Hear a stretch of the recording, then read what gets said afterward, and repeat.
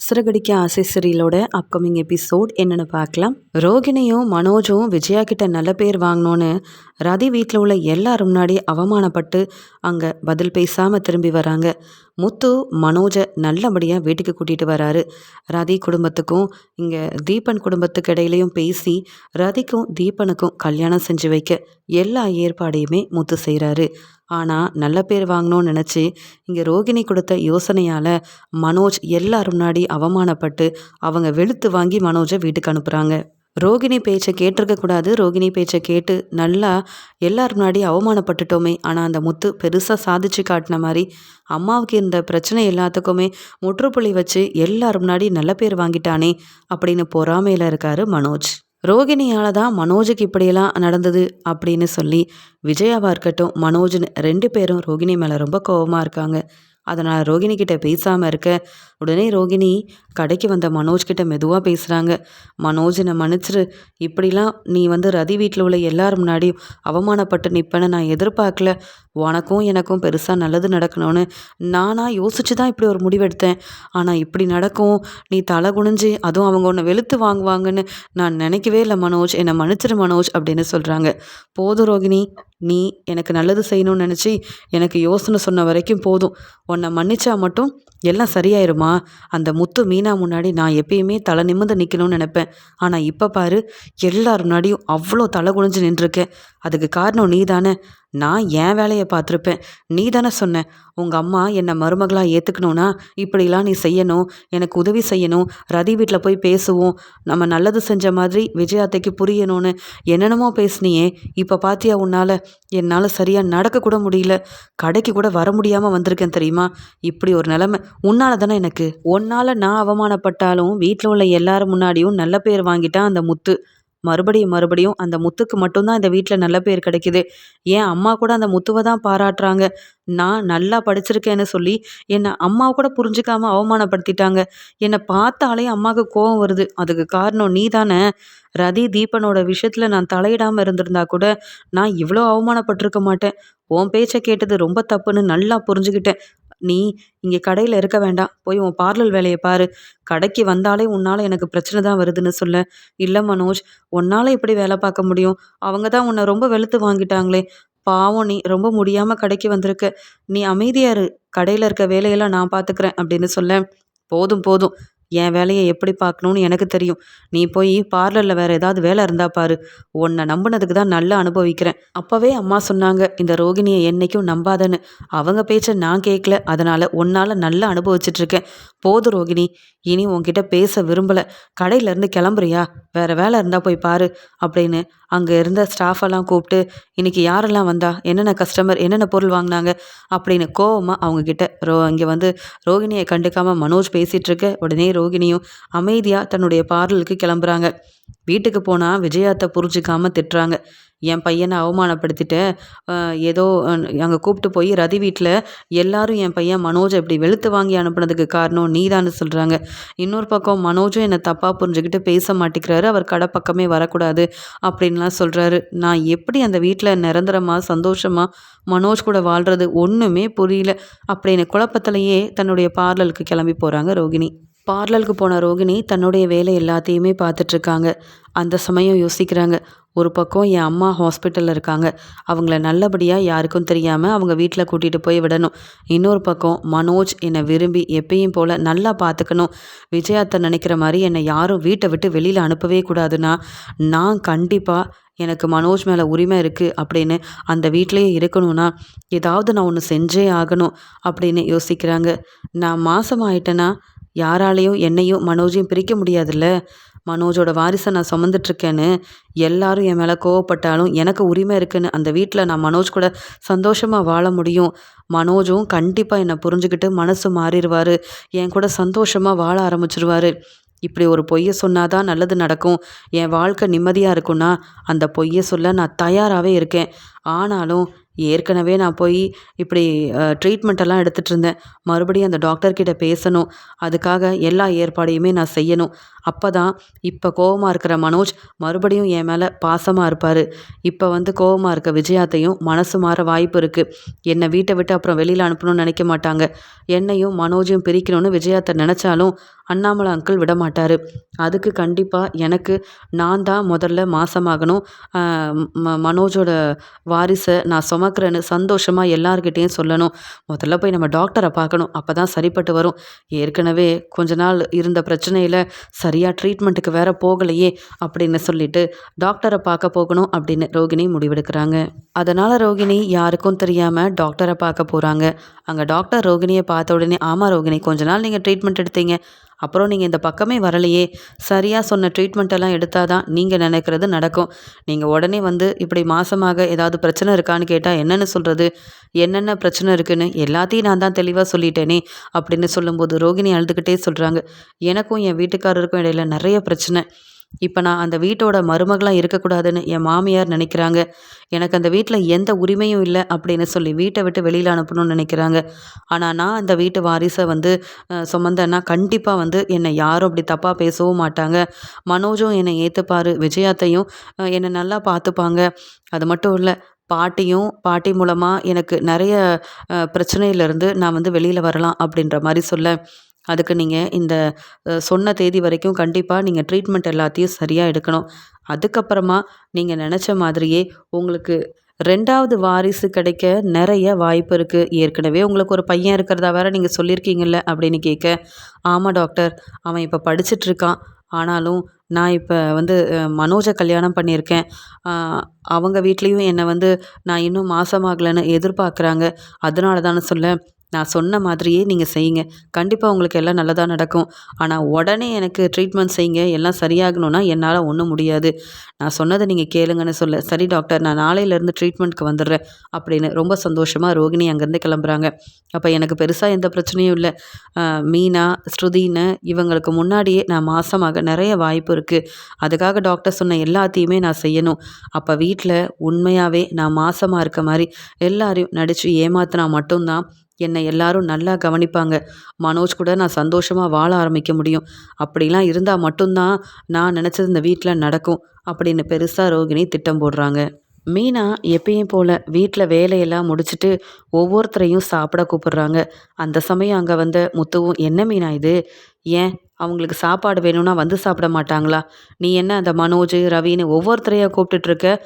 நீ சமைச்சு வச்சதோட உன் வேலை முடிஞ்சதுன்னு நீ போய் ரெஸ்ட் எடுக்கிறத விட்டுட்டு நீ ஏன் நின்று சாப்பாடு பரிமாறணும்?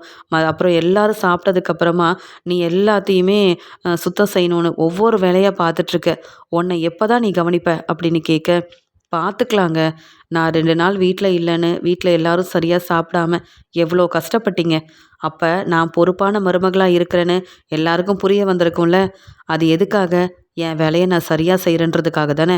அப்போ நான் இந்த வீட்டில் இருக்கும்போது எவ்வளோ பொறுப்பாக நடந்துக்கணுமோ அவ்வளோ பொறுப்பாக வீட்டு வேலையை செஞ்சு உங்களை பார்த்துக்கிட்டா தான் அத்தை, மாமான்னு எல்லாரும் சந்தோஷமாக இருப்பாங்க. நான் போய் இப்போ சாப்பிட கூப்பிடுறதுல என்ன தப்பு இருக்குது அப்படின்னு சொல்ல, பாரு, நீ எவ்வளோ நேரமாக சாப்பிட கூப்பிட்டுட்ருக்க. யாராவது அவங்க ரூம்லேருந்து வெளியில் வராங்களா? இல்லை நீ பேசுகிறத கண்டுக்கிறாங்களா? மற்றவங்களுக்காக நீ ஏன் யோசிக்கிற? உனக்காகவும் எனக்காகவும் அப்பாவுக்காகவும் மட்டும் நீ யோசித்து சமைச்சா போதும்னு சொல்ல, அங்கே வந்த விஜயா திட்டுறாங்க. என்ன இவ்வளோ நேரம் எந்த வேலையும் செய்யாமல் முத்துக்கிட்ட பேசிகிட்டு இருக்க, சமைச்சிட்டியா மீனான்னு கேட்க, ஆமாத்த, எல்லாரையும் கூப்பிட்டுட்டேன்னு சொல்ல, எங்கே கூப்பிட்ட? பொய் சொல்லாத, யாருமே சாப்பிட வரலைன்னு கேட்டு திட்ட ஆரம்பிக்க, உடனே இங்கே வந்து முத்து சொல்கிறாரு, யார் பொய் சொல்கிறது? மீனாக்கு ஒன்றும் பொய் சொல்ல தெரியாது. பொய் சொன்னாலும் அதை மறைக்க தெரியாது இந்த பார்லர் அம்மா மாதிரி. என்ன பேசுகிறீங்க? சமைச்சு வச்சுட்டு எல்லாரையும் எத்தனை முறை மீனா கூப்பிடுவா? நீங்களே இப்போ தான் வரீங்க. மீனா இந்த வீட்டுக்கு வேலை செய்கிறதுக்காக வரல, என் மனைவியாக உரிமையோடு வந்திருக்கா. நீங்கள் ஏன் தான் மீனாவை வீட்டு வேலையை செய்கிற மாதிரியே கவனிக்கிறீங்களோ தெரியல அப்படின்னு சொல்ல, நான் ஒன்றும் அப்படி சொல்லலை முத்து, எல்லாம் சீக்கிரமாக சாப்பிட்டா போய் ரெஸ்ட் எடுப்பாங்களேன்னு தான் பொறுப்பாக கேட்டேன். நீ என்னவோ மீனா மேலே உனக்கு மட்டும்தான் அக்கறை இருக்க மாதிரி பேசாத. உங்கள் 2 பேரால் தான் எனக்கு வர இருந்த பிரச்சனை வரலை. ஏன் முத்து, நீ தானே அந்த ரதி வீட்லேயும் தீபன் வீட்லேயும் பேசி கல்யாண ஏற்பாடெல்லாம் செஞ்சுருக்க. நான் உங்களை தப்பாக நினைக்கல, நல்லதுக்காக தான் பேசினேன் அப்படின்னு மெதுவாக விஜயா எப்பயும் போல் திட்டாமல் பேசிட்டு போக, மீனா சொல்கிறாங்க, என்னங்க நீங்கள் எது சொன்னாலும் எதிர்த்து பேசுகிற அத்தை இன்னைக்கு அமைதியாக பேசிட்டு போகிறாங்கன்னா ஒரு வேளை உங்களை மகனாக ஏற்றுக்கிட்டாங்களான்னு சிரிச்சுக்கிட்டே மீனா கேட்க, அது மட்டும் என்னைக்கும் நடக்காது மீனா. அப்படி ஒரு வாய்ப்பு கிடைச்சா சந்தோஷமா தான் இருக்கும். ஆனா, இதெல்லாம் நடக்காதுன்னு எனக்கு தெரியும். இத நான் எதிர்பார்க்கவும் இல்ல. நீ என் வாழ்க்கையில வந்ததுக்கப்புறமா நான் ரொம்ப சந்தோஷமா இருக்கேன். எனக்கு அதுவே போதும். நீ சாப்பாடெல்லாம் எடுத்து வை. நடக்காதத பத்தி பேச வேண்டான்னு சொல்ல, மீனா எல்லாருக்கும் சாப்பாட பரிமாறுறாங்க. அங்க ஒவ்வொருத்தரும் சாப்பிட வராங்க.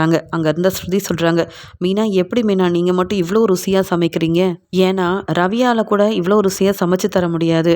உங்க கைப்பக்குவம் வேற யாருக்குமே வராது. சொல்லப்போனா நீங்க ஒரு ரெஸ்டாரண்ட் ஆரம்பிச்சு சமைச்சு குடுத்தீங்கன்னா, உங்க ரெஸ்டாரண்ட்டுக்கு நெறைய கஸ்டமர் தேடி வருவாங்க.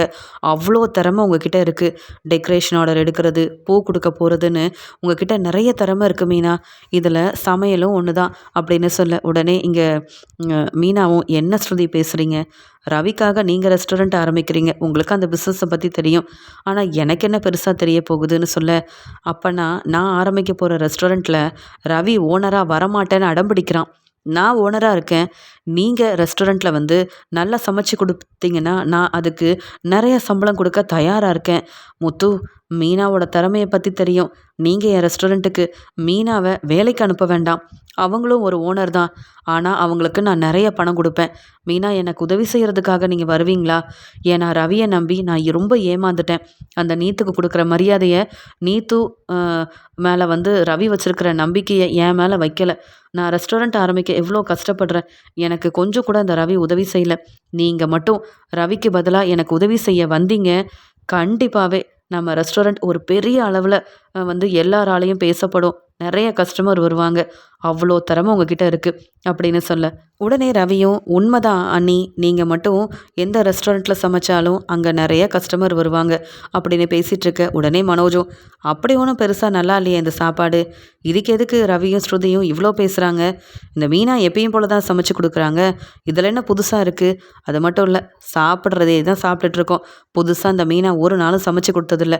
இதெல்லாம் அந்த முத்துக்கு என்ன பிடிக்கும்னு பார்த்து பார்த்து சமைப்பாங்க. அப்படிதானே ரோகிணின்னு கேட்க, அமைதியா இரு மனோஜ். இது உனக்கு தேவையில்லாத வேலை. உடனே உன் தம்பி உன்னை சும்மா விட மாட்டாருன்னு சொல்ல, இல்ல நான் உண்மைய தானே சொல்றேன்னு கேட்க, உடனே விஜயா சொல்றாங்க, ஏன் மனோஜ் 2 நாள் இந்த மீனா வீட்ல இல்ல. சமைக்க ஆள் இல்ல. வீட்டு வேலைய பார்த்துக்கவும் ஆள் இல்லன்னு கஷ்டப்பட்டோம்ல. இப்ப நீ எதுவும் பேசாத. அப்புறம் முத்து கோவப்பட்டுட்டு என் பொண்டாட்டி சமைக்க மாட்டா. வேணுன்றத நீங்களே சமைச்சு சாப்பிடுங்கன்னு முடிவெடுத்துட்டான். நீயும் நானும் கஷ்டப்படணும். புரிஞ்சு பேசு அப்படின்னு சொல்லிடுறாங்க விஜயா. எல்லாத்தையும் பார்த்துட்டு இருந்த ரோகிணி நினைக்கிறாங்க, மீனா நல்லா சமைச்சு குடுக்கறதுனால மீனாவால பிரச்சனை வந்துடக்கூடாது. மீனா வீட்டு வேலை செய்றதுக்காவது இந்த வீட்ல இருக்கணும்னு விஜயாத்த நினைக்கிறாங்க. ஆனா நான் மனோஜ் கூட ஒண்ணு சேர்ந்து வாழ்ந்தா விஜயாத்தைக்கு பிடிக்கல. இப்படியே விட்டா சரிப்பட்டு வராது. இதுதான் சரியான சமயம். நம்ம மாசமா இருக்கிற மாரி எல்லாருக்கும் நம்ம வந்து தெரியப்படுத்தணும். அப்பதான் மனோஜோட மனசுல இடம் பிடிக்க முடியும். விஜயாத்த என்ன தப்பா நினைக்கவும் மாட்டாங்க. மனோஜ் கூட சந்தோஷமா என்ன வாழ விடுவாங்க. வேற வழி இல்ல அப்படின்னு சொல்லி சாப்பிட்டுட்டு இருக்கும்போதே ரோகிணி மனோஜ் கிட்ட சொல்றாங்க, "மனோஜ் என்னால சரியா சாப்பிட முடியல. என்னன்னு தெரியல. மயக்கம் வருது. சாப்பிடும் போதெல்லாம் வாமிட் வருது" அப்படின்னு சொல்றாங்க. எனக்கு தெரியும் இந்த மீனா சமைக்கிறது இப்படிதான் இருக்கும்னு. நான் தான் சொன்னேன்ல ரோகிணி, இது உனக்கு வந்த பிரச்சனை இல்ல. மீனா சமையல் சரியில்ல. அதனால தான் உனக்கு இப்படி இருக்கு. வேணும்னா வெளியில போய் சாப்பிடலாமா? பெரிய ஒரு ரெஸ்டாரண்ட்டுக்கு போலாமான்னு கேட்க, "இல்ல மனோஜ். எனக்கு சாப்பிட்டாலே இப்படிதான் ஆகுது" அப்படின்னு பேசிட்டு இருக்கும்போதே, அங்க போன ரோகிணியும் வாமிட் எடுக்குறாங்க. இத பார்த்துட்டு விஜயா, அண்ணாமலைன்னு ஒண்ணும் புரியாம இருக்க, உடனே மனோஜும், "என்னாச்சு ரோகிணி? இப்பதான் சாப்பிட முடியலன்னு சொன்ன. அதுக்குள்ள இப்படி வாமிட் பண்றியே" அப்படின்னு சொல்ல, உடனே மீனாவும், என்னாச்சு ரோகிணி உங்களுக்கு?" அப்படின்னு கேட்கும்போது, "அது வேற ஒண்ணும் இல்ல மீனா. அப்பப்ப மயக்கமா வருது. சரியா சாப்பிட முடியல. இப்படிதான் வாமிட் வந்துகிட்டே இருக்கு" அப்படின்னு சொல்லும்போது, உடனே அண்ணாமலை, "ஏம்மா ரோகிணி, உனக்கு எதுவும் முடியலையா? ஹாஸ்பிட்டலுக்கு போகணுமா என்ன? மனோஜ் என்ன ஏதுன்னு ரோகிணிய கவனிக்க மாட்டியாப்பா? உன்னுடைய மனைவி தானேன்னு" கேட்க, அதுக்கு விஜயாவும், "ஏதாவது முடியலன்னா ரோகிணி என்கிட்ட சொல்லியிருக்கலாம். அது என்ன மனோஜ் கவனிக்கிறதுக்கு? அவ ஏற்கனவே பொய் சொல்வா. இத வேற நீங்க நம்புறீங்களா?" அப்படின்னு விஜயா சொல்லும்போது, ரோகிணி அப்படியே விஜயாவ பார்க்குறாங்க. அப்ப நம்ம ஏமாத்துறோம்னு தெரிஞ்சுக்கிட்டாங்களா என்ன? அப்படின்னு சொல்லி பேரதிர்ச்சியோட பார்க்க, உடனே இங்க மீனாவும், "சரி நீங்க வாங்க ரோகிணி. உங்களுக்கு என்ன பிடிக்கும்னு சொல்லுங்க. நான் வேணும்னா ஜூஸ் எடுத்துட்டு வரட்டுமா? நீங்க எதையாவது சாப்பிடணும்ல. இல்ல ஹாஸ்பிட்டலுக்கு போயிட்டு வரீங்களா?" அப்படின்னு மீனா கேள்விக்கு மேல கேள்வி கேட்க, உடனே விஜயாவும், "அதெல்லாம் ஒண்ணும் வேண்டாம். அவள போய் ரெஸ்ட் எடுக்க சொல்லு. எல்லாம் சரியாயிரும். வீட்டு வேலைய செய்ய வச்சுருவேன்னு தான் இப்படியெல்லாம் ஏமாத்திட்டு இருக்கா. இந்த மனோஜ் வேணும்னா ரோகிணிய நம்பலாம். நான் இவள நம்பவே மாட்டேன். போய் கொஞ்ச நேரம் ரெஸ்ட் எடுத்துட்டு, இருக்கிற வீட்டு வேலையெல்லாம் பார்த்துட்டு, அப்புறமா போய் தூங்க போலாம்" அப்படின்னு சொல்றாங்க. உடனே மனோஜ பார்த்துட்டு ரோகிணிக்கு கோவம் வருது. இப்போ கூட மனோஜ் என்ன ஏதுன்னு என்கிட்ட வந்து கேட்காம அமைதியா உட்காந்துட்டு இருக்காருன்னு சொல்ல, அங்க ரூம் பக்கத்துல மீனா கூட்டிட்டு போம்போதே மயக்கமாயிடுறாங்க. உடனே மீனாவும், "அத்தை, மாமா இங்க பாருங்களேன். ரோகிணிக்கு மயக்கம் வந்துருச்சு. என்னன்னு தெரியல. வந்து யாராவது பாருங்களேன்" அப்படின்னு சொல்லி கூப்பிட, உடனே அங்க வந்த ஸ்ருதி, ரவின்னு எல்லாரும் அங்க ரோகிணிக்கு என்னாச்சுன்னு பார்க்குறாங்க. உடனே மீனா தண்ணியெல்லாம் தெளிச்சு அவங்கள மெதுவா எந்திரிக்க வைக்க, உடனே மனோஜும், "என்னாச்சு ரோகிணி? உனக்கு ஏதோ பெரிய பிரச்சனை போல. முதல்ல ஹாஸ்பிட்டலுக்கு போகணும். எனக்கு ரொம்ப பதட்டமா இருக்கு. அம்மா, என்னவோ ரோகிணி ஏமாத்துறான்னு சொன்னீங்க. பாருங்கம்மா, சரியா சாப்பிடாம வாமிட் எடுத்தது மட்டும் இல்லாம, இப்ப இவளுக்கு மயக்கமே வந்துருச்சும்மா. ஹாஸ்பிட்டல் கூட்டிட்டு போனா தானம்மா என்ன ஏதுன்னு தெரியும்" அப்படின்னு இங்க வந்து மனோஜ் பேசும்போதே, ரோகிணி ரொம்பவே பதட்டமா, "என்னது ஹாஸ்பிட்டலுக்கு போகணுமா? நான் இப்பதான் இங்க மாசமாறதுக்காக ட்ரீட்மெண்ட் எடுத்துட்டு இருக்கேன். இதுல இவங்கள எல்லாரையும் ஏமாத்தலாம்னு நினைச்சு நான் மாட்டிக்க கூடாதுன்னு சொல்லி, இல்ல அதெல்லாம் எனக்கு என்னன்னு தெரியும் மனோஜ். நான் மாசமா இருக்கேன்னு நினைக்கிறேன். அதனால தான் இப்படி சாப்பிடவும் முடியல. அப்பப்ப எனக்கு மயக்கமும் வருது. இதே மாதிரி தான் எனக்கு பார்லர்ல வேலை செய்யும்போதும் இருந்தது தெரியுமா?" அப்படின்னு சொல்ல, "என்னது நீ மாசமா இருக்கியா?" அப்படின்னு விஜயா கேட்க, ஒரு பக்கம் மனோஜுக்கு சந்தோஷம். இன்னொரு பக்கம், "என்னது இது? மாசமா இருக்கேன்னு சொல்றா இந்த ரோகிணி" அப்படின்னு பேரதிர்ச்சியோட பார்க்கும்போது, உடனே அண்ணாமலை சந்தோஷமா, "பரவால்ல. எங்க அம்மா எப்பயுமே ஃபோன் பண்ணி கேட்பாங்க. யாராவது ஒரு இந்த மாதிரி மாசமா இருக்காங்களா? மீனா, இங்க ரோகிணி, ஸ்ருதின்னு இவங்க மூலமா ஒரு நல்ல விஷயத்த அண்ணாமலை எப்ப சொல்லுவேன்னு. ஆனா இப்ப சந்தோஷமா எங்க அம்மாவுக்கு ஃபோன் பண்ணி நான் பேசலாம். கேட்கவே ரொம்ப சந்தோஷமா இருக்கு. மனோஜ், நீ அப்பாவாக போற" அப்படின்னு எல்லாரும் சந்தோஷமா இருந்தாலும், விஜயாவால இத ஏத்துக்கவும் முடியல, நம்பவும் முடியல. மறுபடியும் ரோகிணி பொய் சொல்றாளா? இல்ல உண்மையா இருக்குமா? நான் இவங்க 2 பேத்தையும் பிரிக்கணும்னு நெனச்சு திட்டம் போட்டுட்டு இருந்தா, இந்த ரோகிணி மாசமா இருக்கேன்னு சொல்றா. நம்ப முடியலையே! அப்படின்னு சந்தேகப்பட ஆரம்பிக்கிறாங்க விஜயா. உடனே மீனா அவங்க கிச்சன்ல போய் செஞ்சு வச்சிருந்த ஸ்வீட் எல்லாம் கொண்டு வந்து குடுக்குறாங்க. உடனே வீட்ல உள்ள எல்லாரும் ரோகிணிக்கு வாழ்த்து சொல்றாங்க. ரோகிணி ரொம்ப சந்தோஷப்படுற மாரி மனோஜ் முன்னாடி நிக்கிறாங்க. "என்ன மனோஜ்?" மீனா, ஸ்ருதி, ரவி, முத்துன்னு எல்லாரும் சந்தோஷப்படுறாங்க, வாழ்த்து சொல்றாங்க. "நீ ஏன் இப்படி பேரதிர்ச்சியோட நிக்கிற? உன்னால நம்ப முடியலையான்னு?" கேட்க, "இல்ல அப்படி இல்ல. எனக்கு ஒண்ணும் சந்தேகம் இல்ல. சந்தோஷம் தான்" அப்படின்னு சொல்லும்போது, "ஆனா உன் முகத்துல சந்தோஷமே இல்ல. நீ அப்பாவாக போற. நமக்குன்னு ஒரு வாரிசு வரப்போது. இனி நம்மள பிரிக்க யாராலயும் முடியாதுன்னு நான் சந்தோஷத்துல தான் இருக்கேன்" அப்படின்னு ரோகிணி பேசிட்டு இருக்காங்க. உடனே விஜயாவும், "அதெல்லாம் இருக்கட்டும். இப்ப இந்த ரோகிணியே தானே மாசமா இருக்குன்னு சொல்லியிருக்கா. நாளைக்கு டாக்டர் கிட்ட கூட்டிட்டு போயிட்டு வருவோம். அதுக்கப்புறமா இந்த ரோகிணிக்கு ஸ்வீட் எல்லாம் குடுத்துக்கலாம். இப்ப போய் அந்த ரோகிணிய ரெஸ்ட் எடுக்க வை மனோஜு. பக்கத்துல இருந்து என்ன வேணும்னு பார்த்துக்க" அப்படின்னு விஜயா சொல்லிட்டு போறாங்க. அப்பதான் ரோகிணிக்கு புரியுது. மாசமா இருக்கேன்னு தெரிஞ்ச உடனேயே மனோஜ பக்கத்துல இருந்து பார்த்துக்கன்னு விஜயா சொல்றாங்கன்னா, உண்மையாவே நான் மாசமானா மனோஜையும் என்னையும் பிரிக்கணும்னு விஜயாத்த நினைச்சிட்டு இருக்க எல்லாத்தையும் மறந்துருவாங்க. அப்படி ஒரு எண்ணமும் அவங்களுக்கு வராது. இனி மனோஜ் அவங்க அம்மா பேச்சை கேட்டு என்னை நல்லா கவனிச்சுப்பாரு.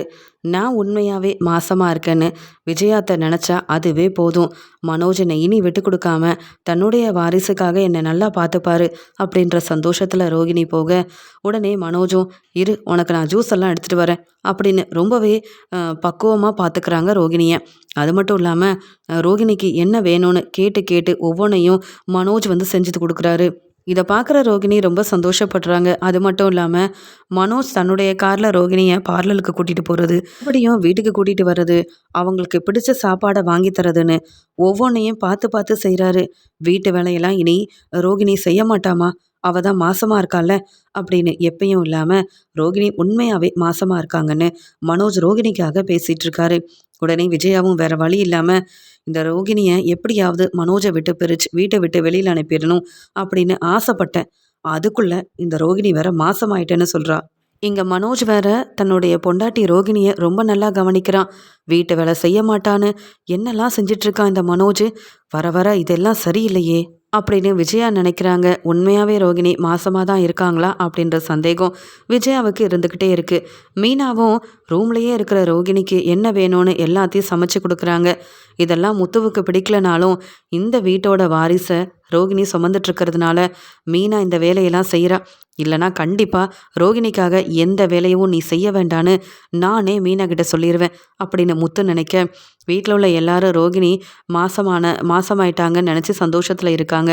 விஜயா எப்பயும் போல பார்வதியை பார்க்கறதுக்காக போக, பார்வதியும், "என்ன விஜயா, நீ இனி டான்ஸ் கிளாஸ் எடுக்க போறியா இல்லையா?" ஏன் கேட்குறேன்னா, முத்துவால அந்த ரதிக்கும் தீபனுக்கும் நல்லபடியாக கல்யாணம் நடந்துருச்சு.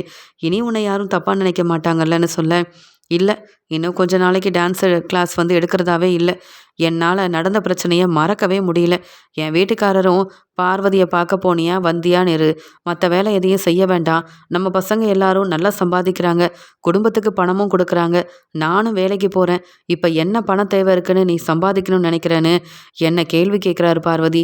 நான் உன்னை பார்க்க தான் வந்தேன், டான்ஸ் கிளாஸ் எடுக்க வேண்டிய அவசியம் இல்லை அப்படின்னு சொல்ல, சரி உன் மருமக 3 பேரும் நல்லா இருக்காங்களான்னு கேட்கும்போது, அதை பேசணுன்னு தான் வந்தேன், அந்த ரோகிணி மாசமாக இருக்கா தெரியுமான்னு சொல்ல, அப்படியா, இதை நீ சொல்லவே இல்லை, ரோகிணி கிட்ட கூட ஃபோனில் பேசினேன், அவள் மாசமாக இருக்கிறத என்கிட்ட சொல்லவே இல்லையே, ஏன் நீ வெளியில் யார்கிட்டயும் சொல்ல வேண்டாம்னு சொல்லிட்டியான்னு கேட்க, இல்லை அப்படி அவள் மாசமாக இருந்தா கண்டிப்பாக உன்கிட்ட சொல்லியிருப்பாள்ல அப்படின்னு சொல்லும்போது, என்னன்னு தெரியல, உன் மருமக ரோகிணி ஃபோனில் பேசினா, ஆனால் இதை பற்றி எதுவும் பேசலை, நீ இனியாவது உன் மருமக ரோகிணியை நல்லபடியாக மனோஜ் கூட வாழ விடு, அது மட்டும் இல்லை அவளை நல்லா கவனிச்சிக்க, உங்கள் வீட்டுக்குன்னா இப்போ வாரிசு வரப்போகுதுன்னு சொல்லுன்னு கேட்கும்போது, உண்மையாகவே ரோகிணி மாசமாக இருந்தா நான் எனக்கு சந்தோஷம்தான், அதை விட இந்த ரோகிணி உண்மையாகவே பணக்கார வீட்டு பொண்ணாக இருந்திருந்தா இப்படிலாம் கேட்டதுக்கு நானே ரோகிணியை தலையில் தூக்கி வச்சு கொண்டாடியிருப்பேன், என் சொந்தக்காரங்க தெரிஞ்சவங்கன்னு எல்லாருக்கும் ஸ்வீட்டெல்லாம் கொடுத்து எவ்வளோ சந்தோஷமாக இதை வந்து கொண்டாடியிருப்பேன் தெரியுமா.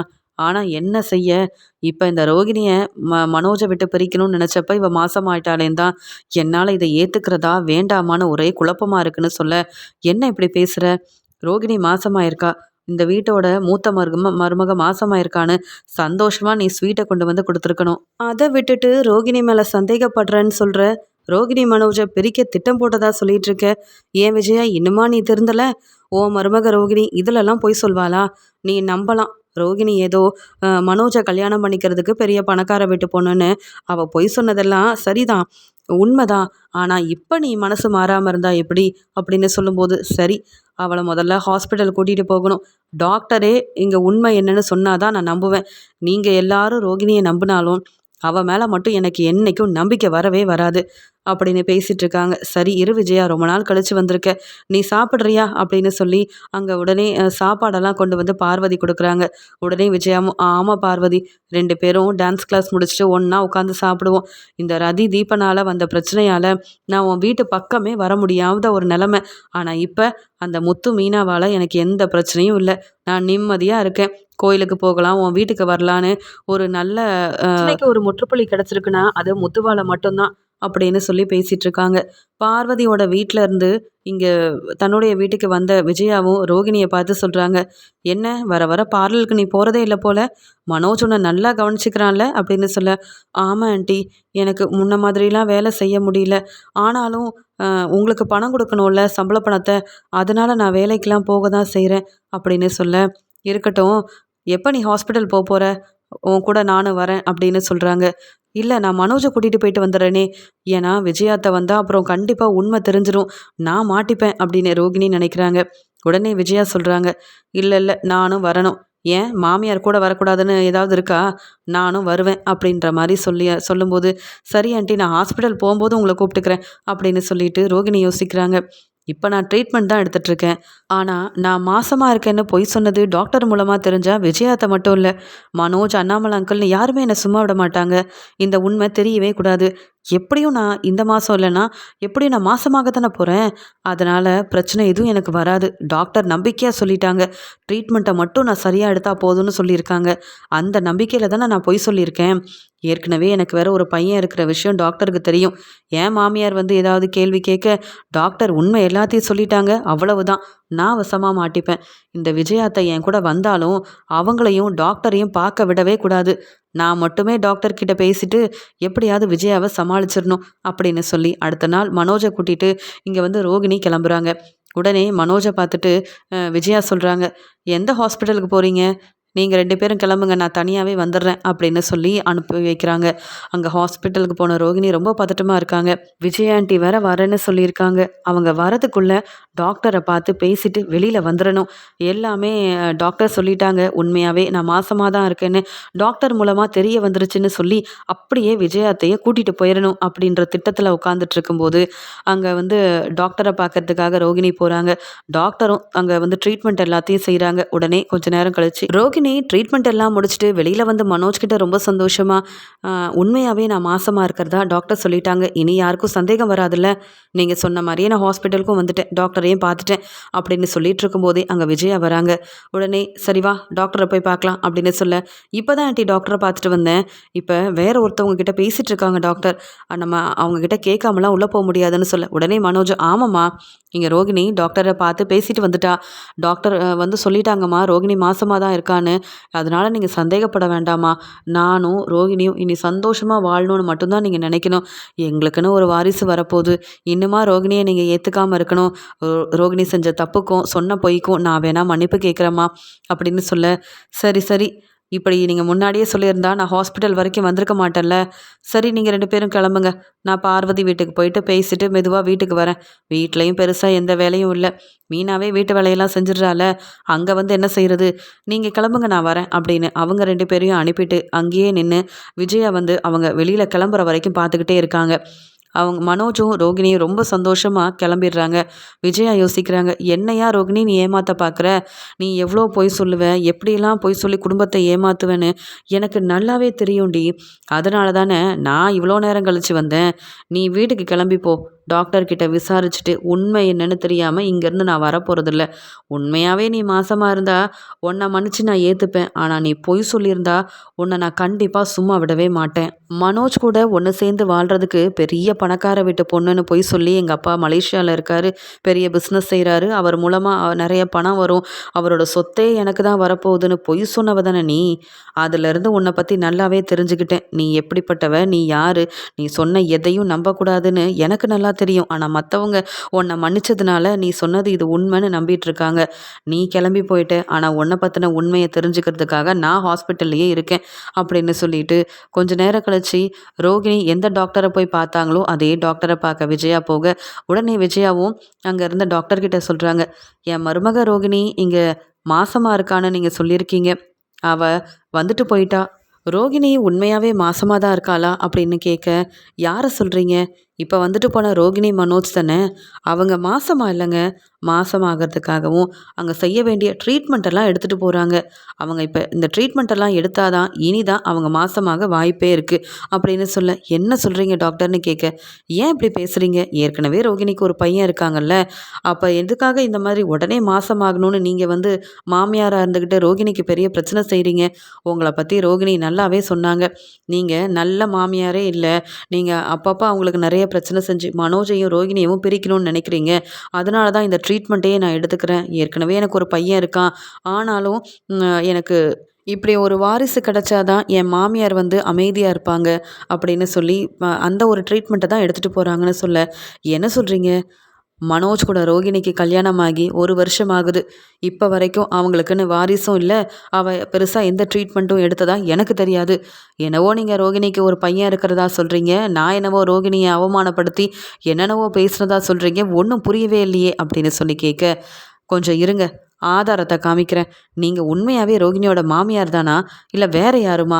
உங்கள் மருமகளுக்கு பையன் இருக்குன்னு நான் சொல்லிட்டு இருக்கேன், இல்லவே இல்லைன்னு சொல்கிறீங்க அப்படின்னு கேட்கும்போது இங்கே ஒன்றும் புரியாமல் விஜயாவும் டாக்டர் காமிக்கிற ஆதாரத்தை பார்க்குறாங்க. ரோகிணி என்ன ட்ரீட்மெண்ட் எடுக்கிறாங்க, டாக்டர் கிட்ட ரோகிணி என்னெல்லாம் வந்து பேசினாங்க எல்லாத்தையுமே டாக்டர் மூலமாக விஜயா தெரிஞ்சுக்கிறாங்க. அவங்களுக்கு அவ்வளோ கோவம் வருது. ரோகிணி மறுபடியும் ஏமாற்ற ஆரம்பிச்சிட்டா. பொய் சொல்லி நடித்து ஏமாற்றி இப்போ என்கிட்ட வசமாக மாட்டிக்கிட்டா. இனி அந்த ரோகிணியை சும்மா விடவே மாட்டேன். அவள் உண்மையாகவே மாசமாக இருக்கான்னு தெரிஞ்சுக்கிட்டு எல்லாரும் அவளை நல்லபடியாக பார்த்துக்கணும், கவனிக்கணும். அதுக்கப்புறம் இந்த ட்ரீட்மெண்ட் மூலமாக அவளுக்கு எப்படியும் ஒரு வாரிசு வரப்போகுதுன்னு இப்போவே பொய் சொல்ல ஆரம்பிச்சிட்டால. ரோகிணி நீ சொன்ன பொய்க்கு நீ இன்னைக்கு உன்னை சும்மா விட போகிறதில்ல. நீ நல்லா அனுபவிக்க போறடி அப்படின்னு சொல்லிட்டு உண்மை தெரிஞ்ச விஜயா வீட்டுக்கு வராங்க. கோவமாக இருக்காங்க. உடனே அண்ணாமலையும், என்ன விஜயா எங்கே போயிட்டு வர. இங்கே ரோகிணியை ஹாஸ்பிட்டல் கூட்டிகிட்டு போகணும்னு சொன்னியே. ஆனால் உனக்கு முன்னாடியே மனோஜும் ரோகிணியும் வந்துட்டாங்க. நீ எங்கே தான் போயிட்டு வந்தேன்னு கேட்க, உண்மையை தெரிஞ்சுக்கிட்டு வந்தேங்க. உண்மையை கண்டுபிடிக்கிறதுக்காக போனேங்க அப்படின்னு சொல்ல, உடனே மீனாவும், ரோகிணி நீங்கள் ரொம்ப டயர்டாக இருப்பீங்க. நான் ஜூஸ் கொண்டு வரட்டுமா.